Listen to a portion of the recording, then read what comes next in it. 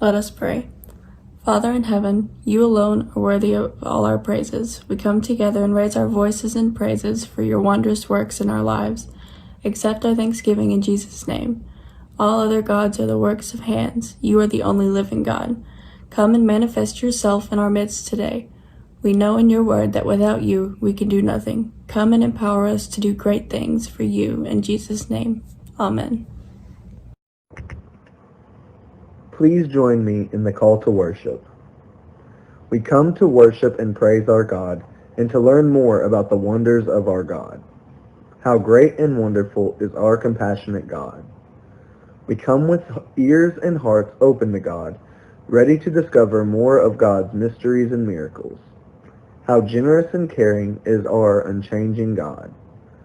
We gather to share together in our common history and to experience the enrichment which that brings us. All praise and honor to God for past and present blessings, and for God's merciful love and grace. Amen.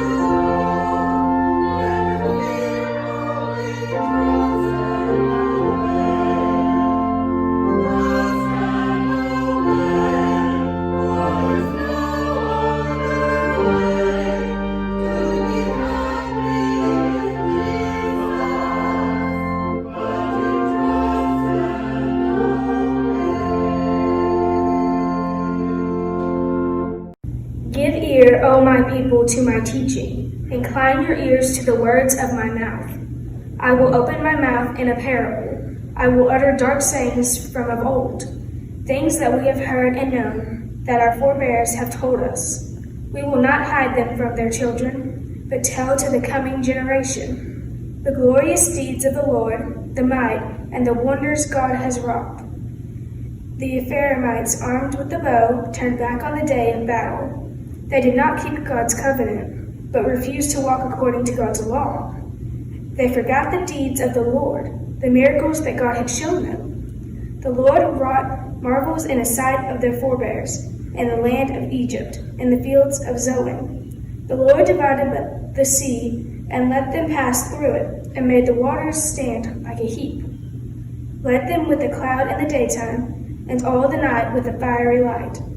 Cleft rocks in the wilderness, and gave them drink abundantly as from the deep. Made streams come out of the rock, and caused water to flow down like rivers.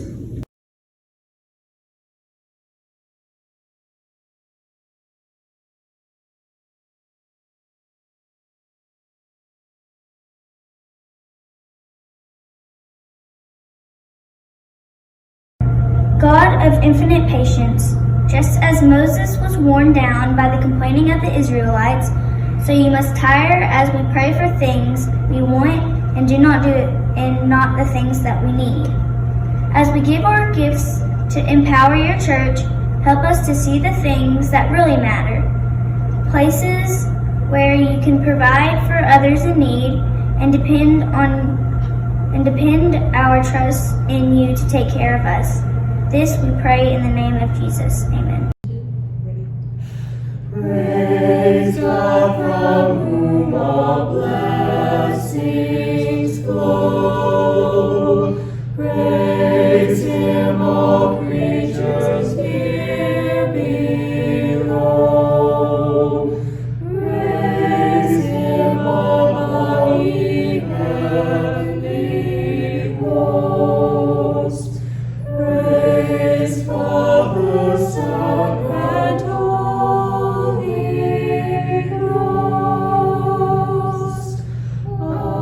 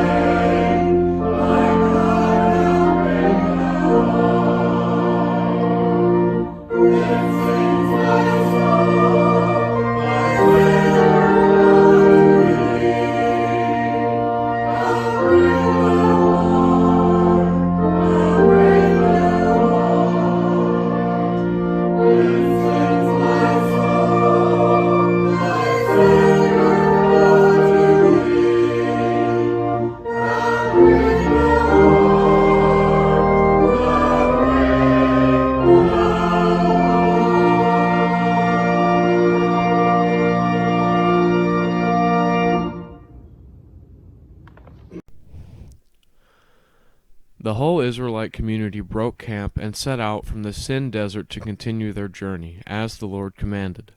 They set up their camp at Rephidim, but there was no water for the people to drink. The people argued with Moses and said, "Give us water to drink."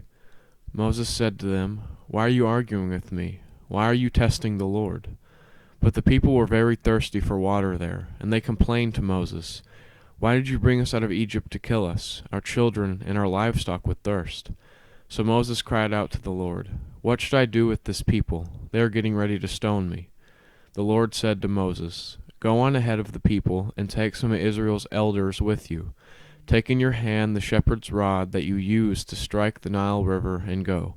I'll be standing there in front of you on the rock at Horeb. Hit the rock, water will come out of it, and the people will be able to drink." Moses did so while Israel's elders watched. He called the place Massah and Meribah, because the Israelites argued with and tested the Lord, asking, "Is the Lord really with us or not?"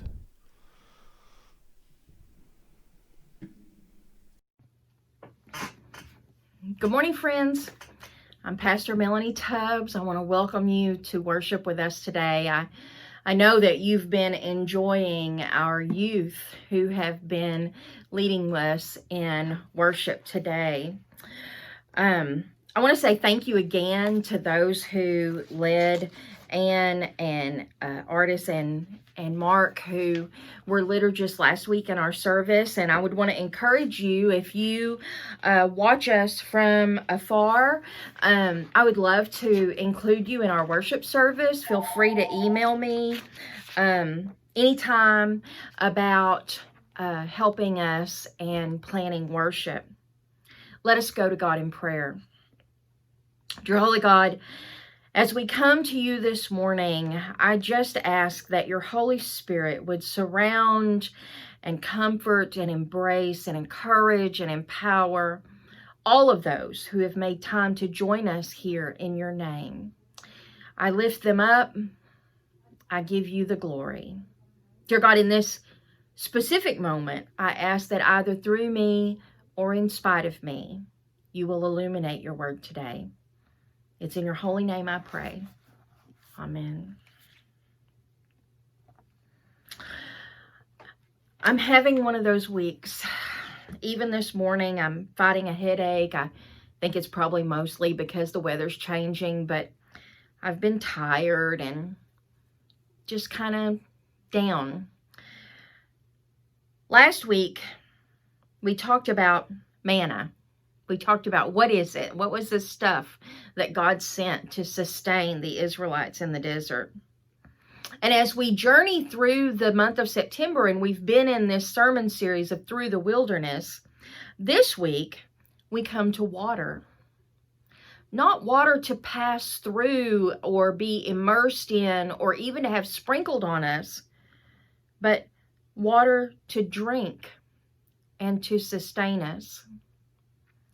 And so, as I was preparing to record this sermon, I kept thinking about this feeling that I'm having and a headache, and I'm tired and I don't feel good, and it just doesn't feel like I'm 100% in anything that I'm doing today or the last few days.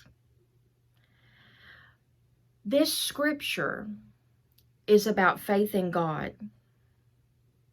And it's not about a faith that you just believe in God, but a faith in a God that is present and a God that provides and a God that sustains. And here the Israelites are out in the middle of the desert, and they're still very early in this sojourn that they're on, and they already have figured out food was going to be difficult, and God provided that. And now here they are, and they're in this place, no water. They have to have water to survive. And God tells Moses to strike the rock, and when he does, water appears, and now they are sustained. And you would think that this would then end with a great amount of joy and appreciation, but it doesn't. It doesn't seem as though There's joy in this sustenance that they've been sent from God. And in fact, Jaden told us they called the place Massa or Meribeth, literally because the Israelites argued with and tested the Lord, saying, is the Lord really with us or not? Literally, those words, those Hebrew words, mean testing and quarreling. So instead of being named for the water and the sustenance and the miracle that happens here, it's named for the lack of joy that the Israelite people felt. We have definitely been traveling through the wilderness, and I'm sorry to tell you, but we are still there. A study came out yesterday of the 4 states which are most in need of a total lockdown, and the 4 states that are the most in danger of having a massive outbreak, and Arkansas is in the top 4. We are there. We are still in the midst of this, and COVID is nowhere near being under control. We have suffered death locally and across our country. Over 200,000 now people have lost their lives. That doesn't mean, acknowledging that does not mean that we don't have faith in God. It doesn't mean that we don't believe that God provides. Having faith and believing in God doesn't mean there's not going to be hardship.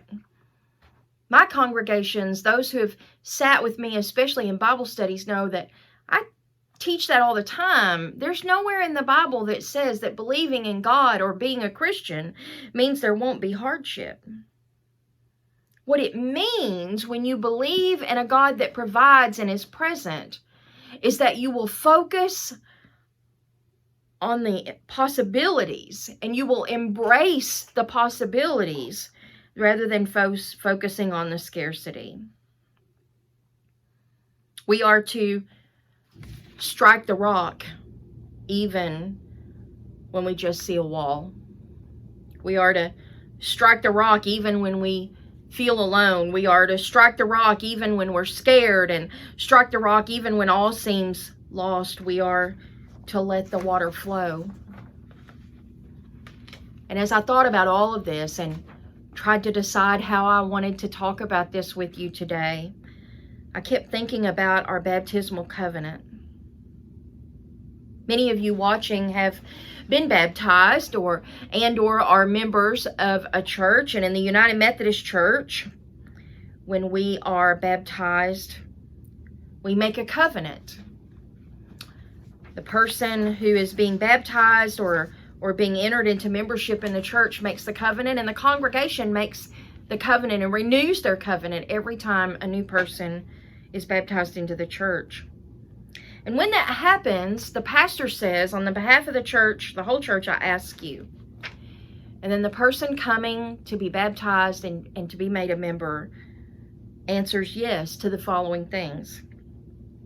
Do you renounce the spiritual forces of wickedness, reject the evil powers of this world, and repent of your sin? Do you accept the freedom and power God gives you to resist evil, injustice, and oppression in whatever forms they present themselves? Do you confess Jesus Christ as your Savior, put your whole trust in His grace, and promise to serve Him as your Lord in union with the church, which Christ has opened to people of all ages, nations, and races? According to the grace given to you, will you remain faithful members of Christ's holy church and serve as Christ's representatives in the world? Do you believe in Jesus Christ? Do you believe in God the Father? Do you believe in the Holy Spirit? And it's only by answering those things in the affirmative that you are baptized and become a member into the United Methodist Church. Remember your baptism. Remember your blessings. Remember the covenant that you made. Or if you have never made that covenant and it speaks to you, contact me here on this page. We were led by the children this week, and I think that's appropriate because The children have much to teach us, while many of us older folks are stuck watching the news every night and worried about everything from an overabundance of tropical storms to the death of major leaders in our country. The children often focus on finding joy.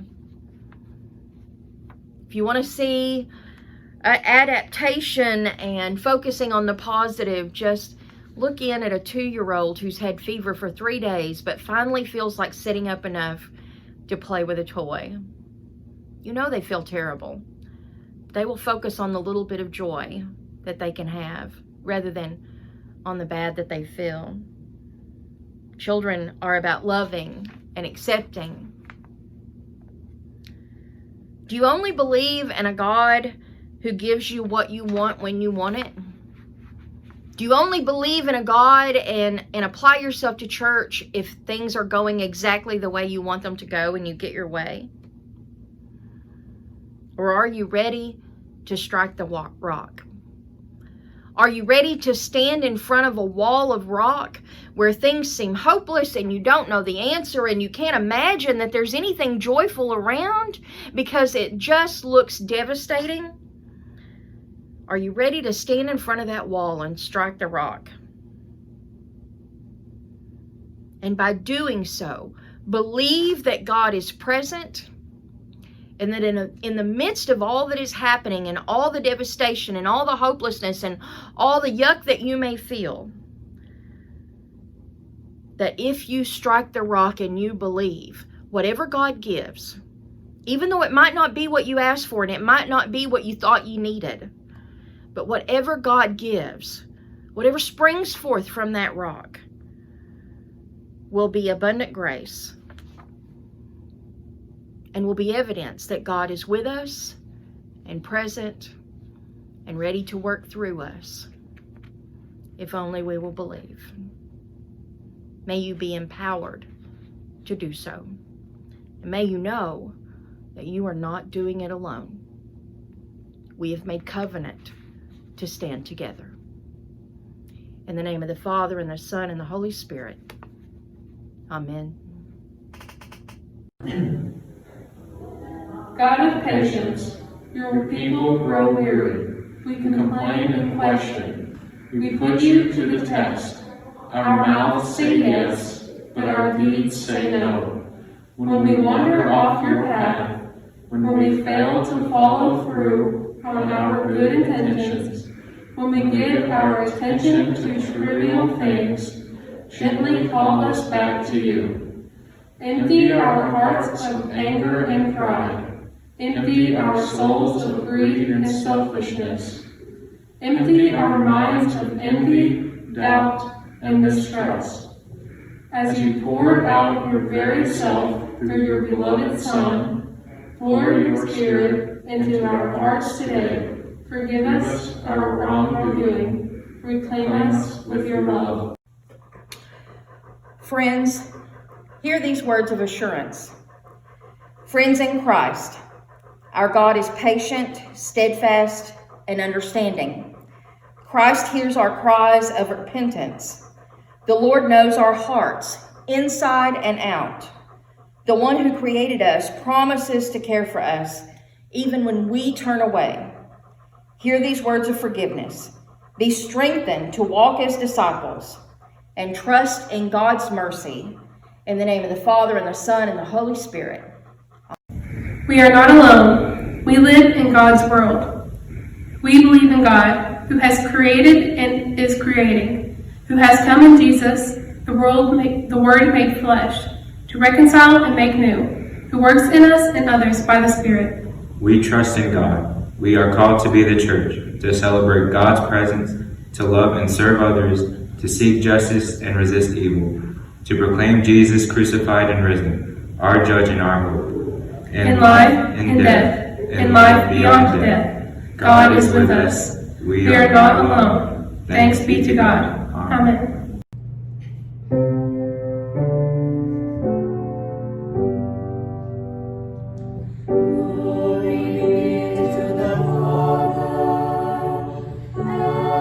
To the Son.